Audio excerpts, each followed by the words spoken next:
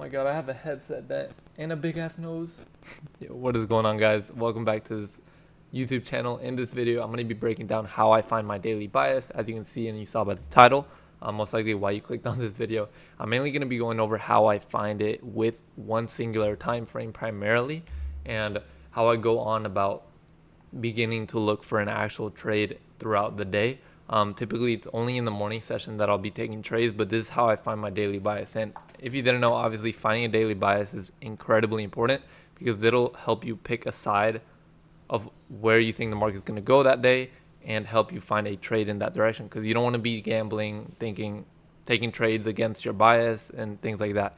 Obviously, if your bias is correct more than often than it's not, that is a very good thing, and you're going to be more well off than most people that are in this space. So let me show you real quick how I find my daily bias. It's going to be super simple. It's going to be a short video, so stay till the end.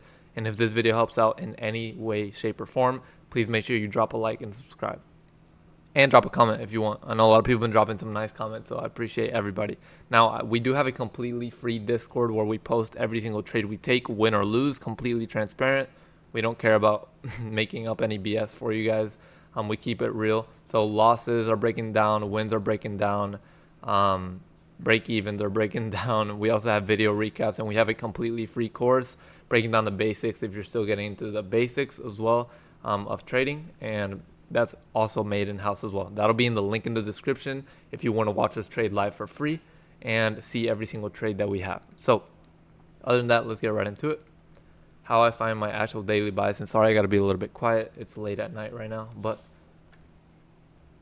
let's break it down. So what is the first thing I look for when I find my daily bias? First thing I go is I'm looking at the higher time frames. Primarily, I'm looking at the 4-hour time frame. The 4-hour time frame, typically you can tell. I'm gonna break it down even simpler than that.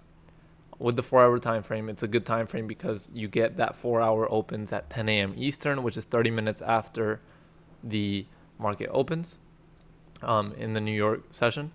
And what this allows you to get is if you can identify where the next 4-hour candle is likely headed to, that 4-hour time frame is the time frame that you're going to be most likely actively trading in the morning. So from 10 a.m. to 2 p.m. is where most people trade in the New York session, typically from 10 a.m. to about 11:30 or noon, and then back again around 2:30 till 4. So real quick, go to the 4-hour time frame, and I want to identify first market direction and trend. So real quick, we'll go into the market right here. So after we get a big drop, once we get big drops like this that we're getting right now, I always wait for the market to stabilize and tell me, okay, what are we actually doing right now? So right here on NQ, we see the market drops, and this was a good trend week right here that we had. So this was a very good week in terms of price action.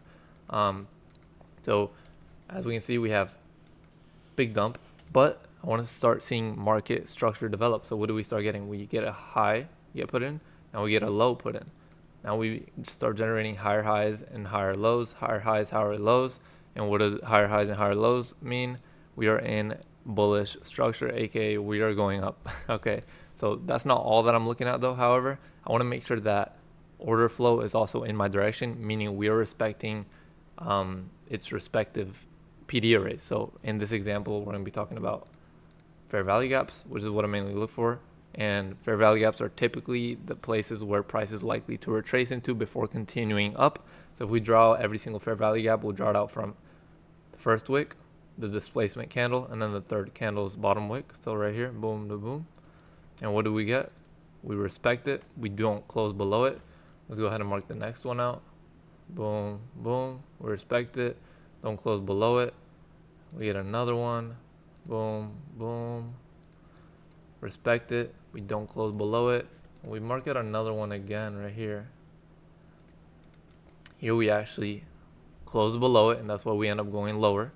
But we don't end up displacing below this low, and then we just continue going higher and making that bullish structure once again. So this is what I want to see. Typically, I want to see this type of structure.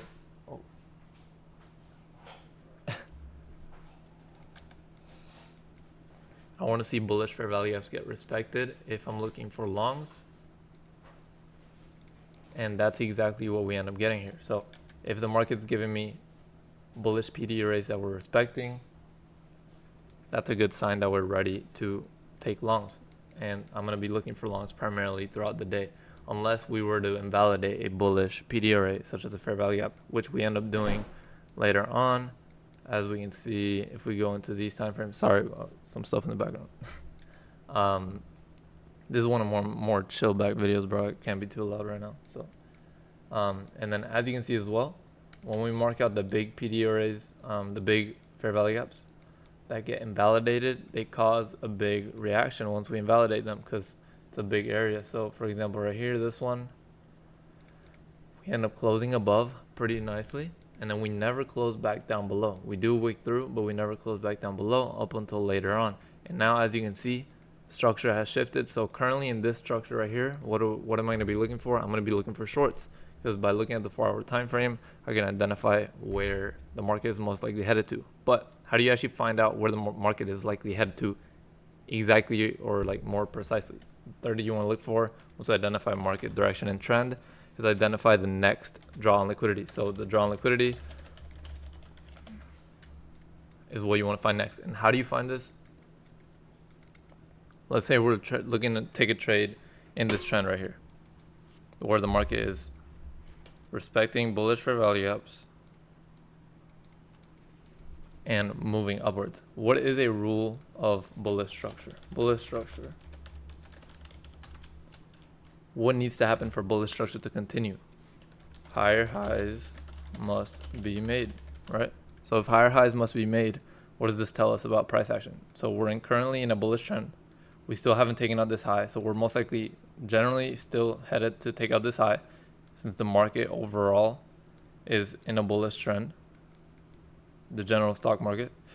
So we're most likely going to take out the higher time frame highs, but that doesn't really matter. Don't get too lost in that.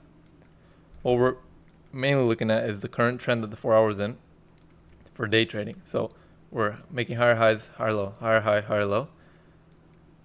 In order to continue bullish structure, let's say we're trading this, we actually took a trade here. That's why I'm using it as an example. If we're going to continue bullish structure, we need to take out this high, whether it's by a tick, whether it's by whatever. But if we're going to continue bullish structure, this high needs to be taken out. If we don't, then we're going to be in bearish structure. And what's the most likely thing to happen right now? We're going to continue this trend because we're still going up. We're respecting these PD arrays, bullish fair value gaps. I haven't gotten any signs that we're wanting to invalidate. We didn't even wick all the way down. So I'm still bullish. How am I going to know where I actually want my trade to go to and where my TPs are going to be set? These highs right here. These highs right here are going to be where my TP is going to be set, because... Sorry, my throat hurts too, bro. This is such a bad video. I'm sorry. If we're going to continue bullish structure, we're likely to take out those highs, okay? I swear my other videos are better. I'm sorry. I just can't be too loud right now. So,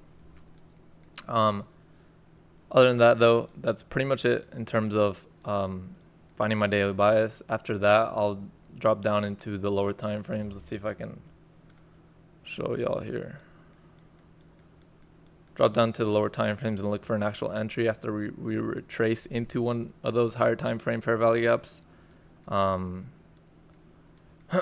example, this one, you see overnight we retrace into it, and then we finally end up getting a closure above. After 10 a.m. we traces back into it, take out these lows right here, and then we actually end up getting a change in the state of delivery right here on the 5-minute time frame. So right here, 5-minute time frame, change in the state, and then stops at the protected low, and then you can target the highs, and that's a 1 to 2 hour right there. I know a lot of people have smaller stops, but honestly, I learned myself, I just prefer to have a protected stop, so I use the protected low. A little bit of extra sauce here for you. That's just my thing. I don't really like to have a stop that's this close, because I've had a lot of experiences when I get wicked out of a move and my bias for the day was correct. So that was pretty much it. Again, if y'all want to see us how we break down every single trade, it's not just me. We have about 3 people that trade every single morning, and break down their trades every single day. Go ahead and join the free Discord, link in the description. If you like this video at all, even though it was kind of mid, because how I'm making it, just go ahead and leave a nice comment and a like and subscribe. Other than that, I'll see y'all in the next video.